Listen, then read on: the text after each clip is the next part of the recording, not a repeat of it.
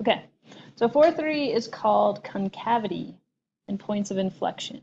Okay, so this is going to allow us to figure out what a function looks like. So if it's like curved, concave up, or concave down.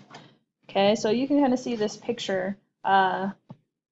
In order to find concavity, you are going to use the second derivative. Okay, so it's going to be very similar to increasing and decreasing with the slope of the line, but now you're going to use the second derivative, set it equal to 0, and that's going to find points of inflection. Okay, so so do we see concave up? So a concave up, the way I remember concave up, it looks like a smiley face. Okay, so this is even written right here. See these little pictures? Okay, so concave up looks like a happy smiley face, so that shows you what the graph of the function looks like. If it's concave down, it's sad, upside down. Okay, so that's pretty basic. Okay, so a point of inflection is basically, first of all, the graph has a tangent line at the point. That's important, okay, because it's possible that maybe there's a vertical asymptote or something that that might be seen. And then the graph changes concavity at that point. Okay, so you can see right there, there's that John Travolta. Okay, so from here to here, is that concave up or is that concave down?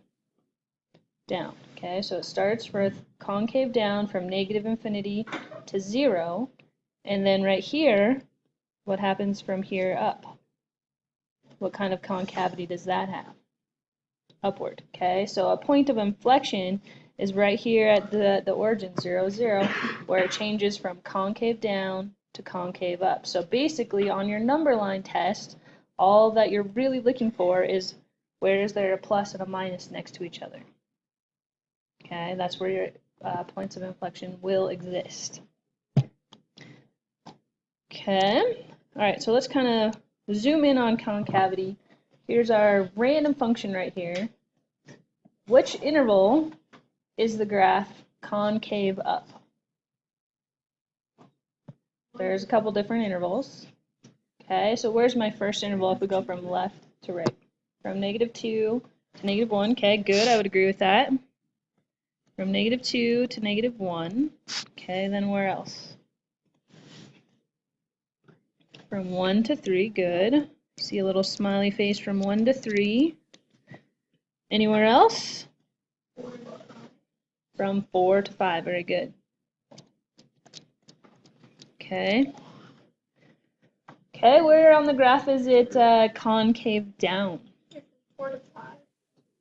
Yep, so you see right here, 4 to 5, right? This, just kind of that little curve right there. Okay, so where is it concave down?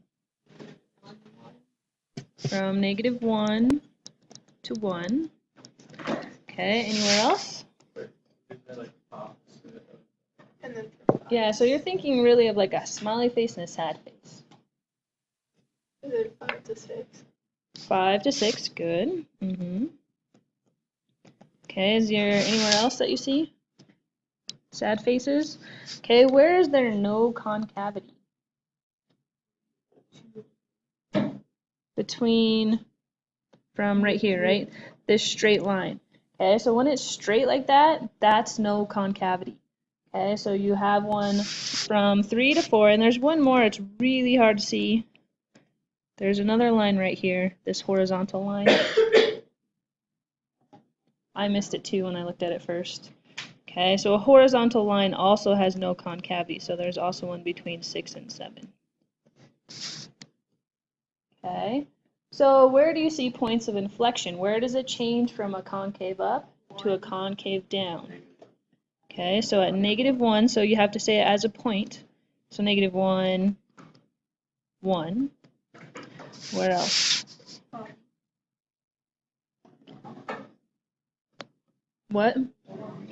1, 1. Okay, where else? At this one right here, right? So 4-2 wouldn't be one. 4, 2? Nope, because this piece right in it here is not, has no concavity. Okay, so the 5, 5 one is 1. Okay, let me talk about one of these because one of these is actually not a point of inflection. Okay, which one? So let me go back up to the definition.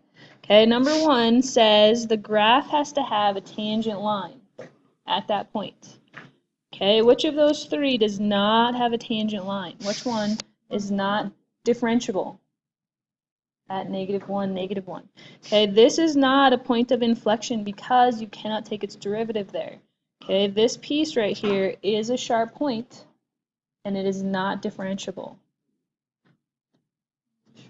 because it's a sharp point.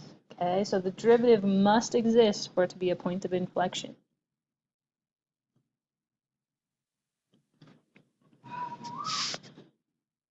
Okay. All right, so here's how we're going to do it analytically. We're going to find concavity intervals and points of inflection by using a second derivative number line. Okay, second derivative number line. Okay, so on question number 5, I'm going to start by finding the first derivative. So what's the first derivative? 4x cubed 3x squared minus 6x. Okay, so do I do anything with that? You take the derivative of that because we're using the second derivative test. What's the second derivative? 12x squared plus 6x minus 6. Okay, so now what do I do with this? How do I find my points of concavity? Set it equal to 0. So setting it equal to 0 is how I find those points of inflection, so the changes. What can I pull out of all 3 of these terms? Pull out a 6. So if I pull 6, I would have 2x squared plus x minus 1. What happens with the 6? Goes away, right? Since it's set equal to 0, I'm just going to throw it out. Okay, so I can do hard method here and factor this, or you guys could use your fancy calculators and factor this on your TIs and Spires. Do you guys want me to show you how you do that? Sure, why not? Just in case you need to know how at some point in time.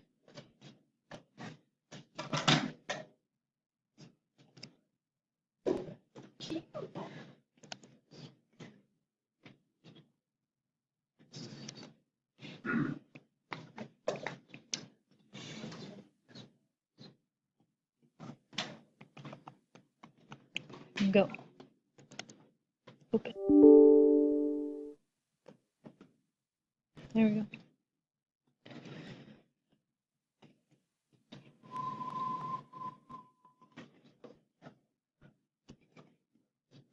So first you turn the calculator on.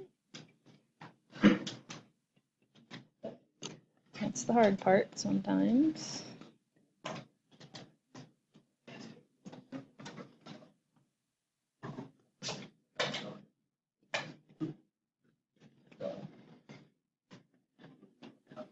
All right, maybe I'll just tell you how to do it.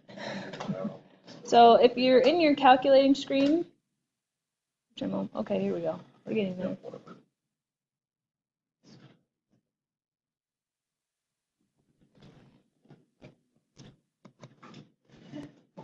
Maybe not. Okay, so then then you go to, I believe it's in algebra. So if you hit menu and you go to algebra, there should be an option for factor. There we go.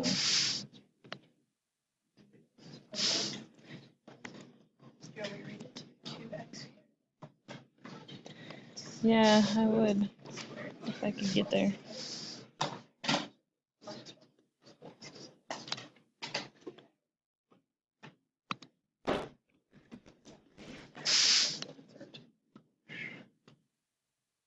Did you guys find it? By the time my calculator turned on?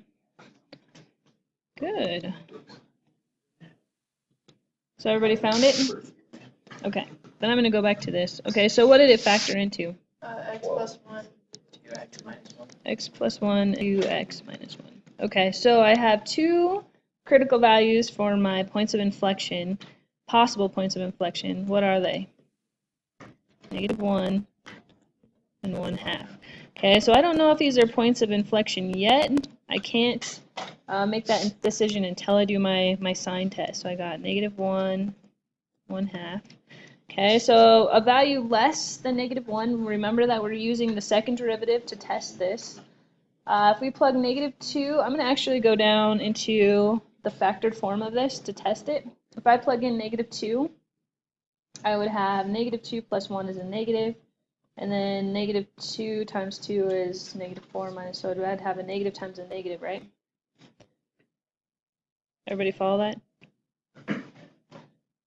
Everybody get a positive for that interval? Into this factored form. Does it matter where you plug it As long as it's the second derivative. So I could plug it into the 12x squared plus 6x minus 6. I could plug it into the one where I pulled the 6 out, or the factored form, whichever one is easiest. If I plug 0 in, what do I get? Do you plug it into the factored form or the... Whichever one is easiest. So I plug this one into the one that's in standard form, because then it would just be 0 plus 0 minus 6, so -6. And then if I plug, let's just say 1 in, you get a positive, right? Okay, so think about the way this looks, okay? So if I have a plus, that's like a smiley face, so I have like this, and then if I have a minus, that's like a sad face, and then if I have a plus, that's a happy face. Okay, so you can kind of imagine what this function does. Okay, so if I kind of just connected those pieces, I'd be like, oh, it goes like this. It goes back up. So what does it kind of look like? A wave. Okay, so, and it would be kind of like a W, really, because it would go up. Okay, so it says determine the points of inflection. Okay, so where are my points of inflection? Okay, so I have a point of inflection. I'm going to use that to abbreviate points of inflection. So I have 1 at -1, but if it says points, what do I have to do to find the corresponding y value? Plug it into which one? Into the original. Remember, I have points off of the original function. Okay, so if I plug -1 into the original, I get 1 minus 1, so 0, and then 0 minus 3 is -3, -3 plus 1, -2, into the original. You always find the y values from the original. If you plug 1/2 in, anybody want to throw that into their fancy calculator? Or I could just tell you what I got. Let's just assume when you type it in, you get 7/16, but you should. No, I already did this, so. Okay, so those are the points of inflection. Okay, so you could say, if they asked us to discuss the concavity, you could say it's concave up, right? And then from 1/2 to infinity, and then down from -1 to 1/2. Okay, so if they asked you to write that interval, that's what your answer would be.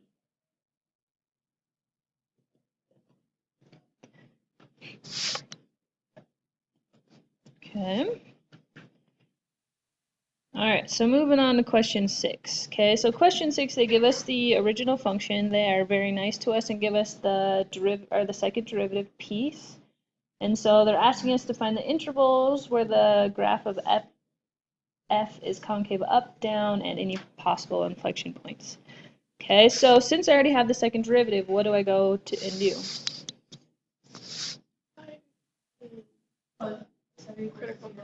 Okay, find the critical values, set that second derivative equal to 0. Okay, remember any critical value is going to come from a denominator that happens to make it 0. is there any value that makes our denominator 0?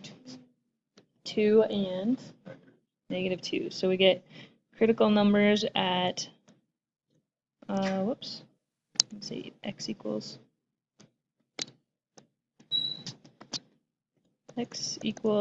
plus or minus 2. And then if I solve that equation on the top, so if I set that equal to 0, the denominator goes away because I multiply by 0. The 10 goes away, so basically I have 3x squared plus 4 equals 0. What happens on that if we solve it? Close. -4/3. So can you take the square root of negative? No. Okay, so do we get a critical value from setting it equal to 0? We don't, because it's an imaginary value. Okay, so we only are going to use 2 and -2. Okay, so I have -2, +2. Okay, so remember I'm using the second derivative for my sign test. So if I plug in -3, on the bottom I would have 9 minus 4, which is a positive. So I have a positive on the bottom. And then I would get a positive on the top because you square it, right? So everybody good with getting a positive? Because if you plug -3 in, both the top and the bottom immediately are squared, x squared. So they turn into positives. So the one you have to worry about is it the minus going to make it negative? But since 9 is bigger than 4, it stays positive.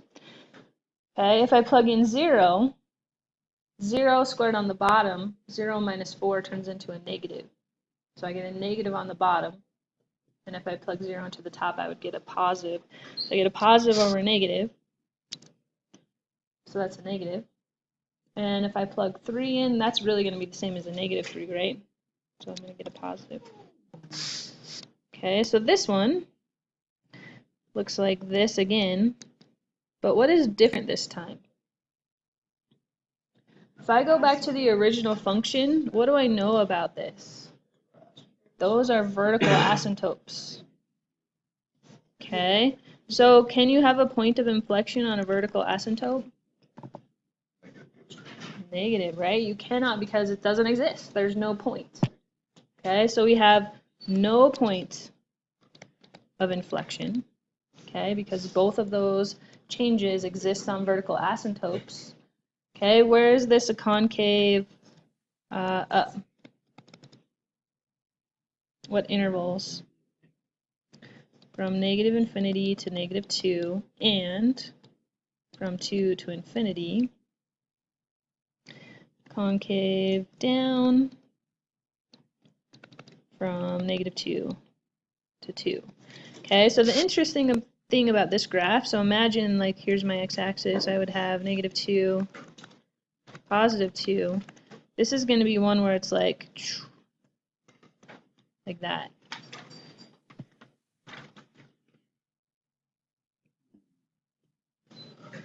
Okay. Are you ready? Or I'm not done yet.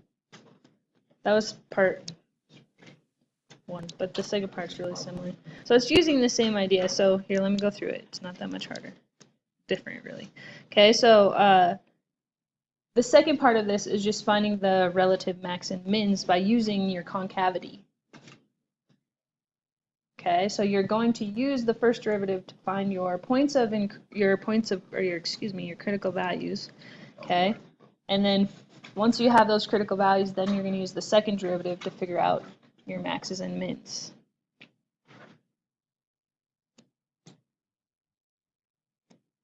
Okay. All right, so let's do this one. So number 7 says to use the second derivative test, and they're going to use this as a part of your examples, like this is how you need to do it to find the relative min and max. Okay, so you're using points of concavity to find your max and mins. Okay, so how do I do this first? Drive it. Okay, I'm going to start by driving it once, find critical values, and then driving it twice. Okay, so what's my first derivative? X cubed plus 12x. Okay, so I'm going to immediately set this equal to 0 to find critical values. Remember, the first derivative gives me maxes and mins. possible maxes and mins. Okay, so if I pull out negative 12x as my greatest common factor, I'd be left with x squared minus 1. Okay, so how many critical values do I get for this? 3. So I get critical values at 0, 1, and negative 1. And that's as far as I'm going to go. I'm just going to make sure that I know that those are there. Okay, now I'm going to go and do my second derivative to find my concavity. Okay, so what is the second derivative? So what's negative 12 times 3? 36. X squared plus 12. Okay, so to find the points of inflection, to find where those changes occur, I'm going to set it equal to 0. Aren't you going to get like vertical asymptotes on this? Not on this one. Vertical asymptotes, remember, only come if you look at the original function, if there's x's in the denominator. So I know before I even start, if I have negative 3x to the fourth, what is this going to look like? No idea. X to the fourth is an upside down parabola, right? Negative, upside down, because it's even. So it's like an upside down parabola. It probably is going to have like a W, like or an M effect. Okay, so if I solve this, I can subtract 12, divide by negative 36. What's negative 12 divided by negative 36?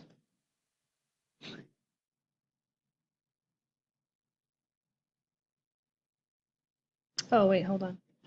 Stop. So this is what I'm going to do. Sorry, I'm not going to set these equal to 0. My bad. Okay, so this is what I'm going to do is I'm going to use my critical values and plug them into my second derivative. So I'm not finding concavity. I'm just finding where it's max and min. Okay, which is kind of the same idea as setting it equal to 0 in a sense. Okay, so if I plug in negative 1 into the second derivative, I would get what?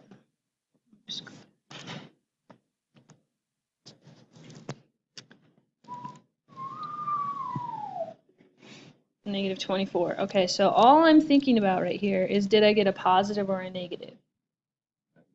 I got a negative. So that tells me about the concavity of this. So if I have a negative, it has a negative concavity. So that's a sad face.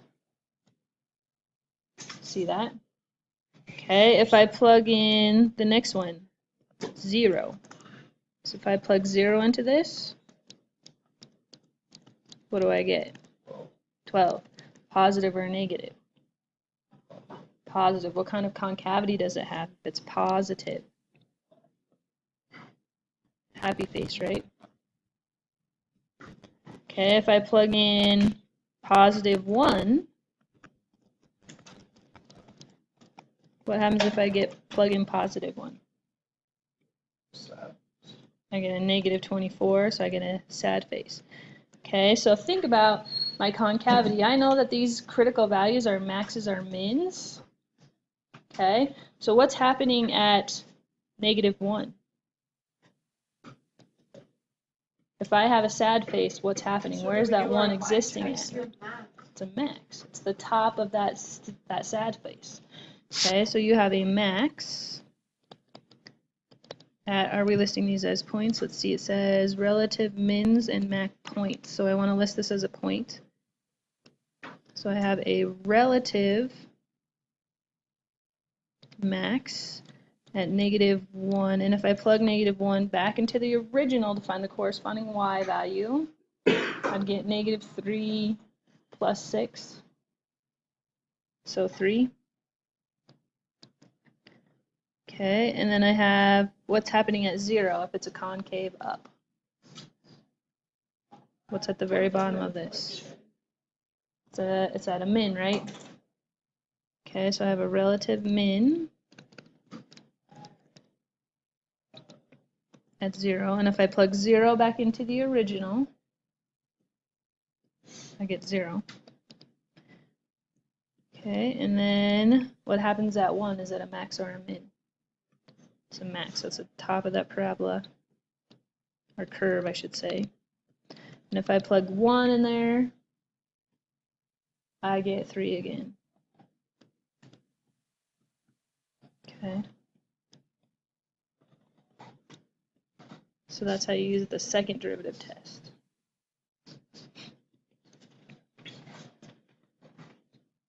That make sense? Okay. So here's a little play. This is what they like to do, is try to make it a little bit more fun, exciting, awesome.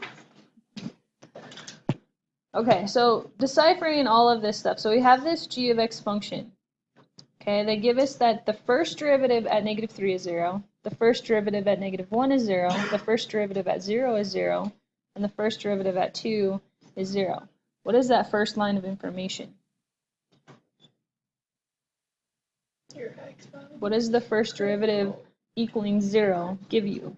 Critical values. Okay, so remember the stuff that's in parentheses is the x value.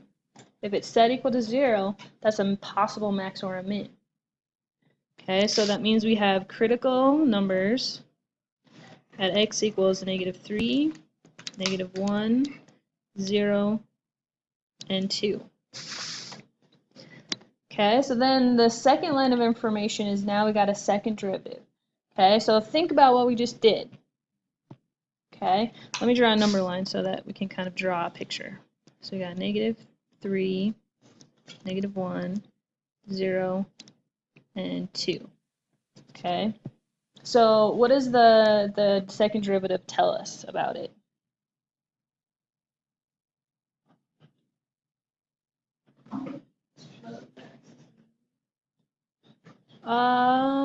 No. I mean, maybe. Okay, so it tells us the concavity, which essentially then we can conclude if it's a max or a min, right? So it really tells us the concavity. So what am I simply looking for? What kind of values have a concave up and what kind of values have concave down? Positive and negative, exactly. So that's all I'm thinking about. Is it positive or negative? Okay, so at -3, what kind of concavity do I have? A positive, right?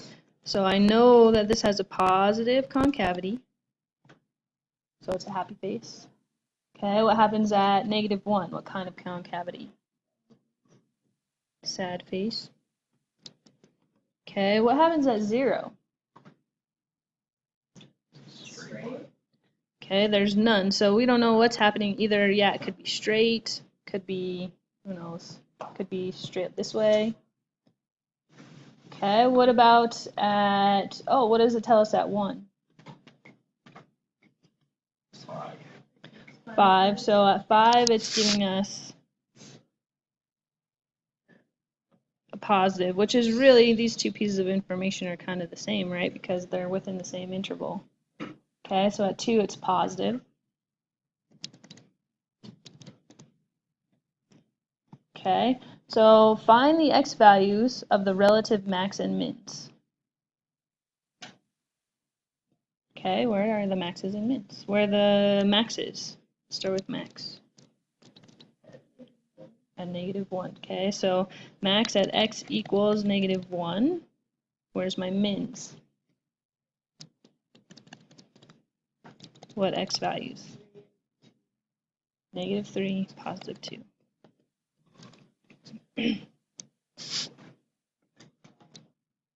Nice, good. Does that part make sense to everybody? Okay. Awesome. Okay.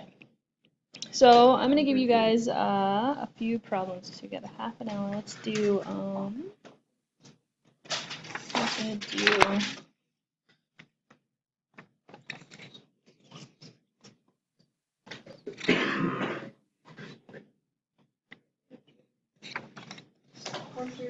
one through,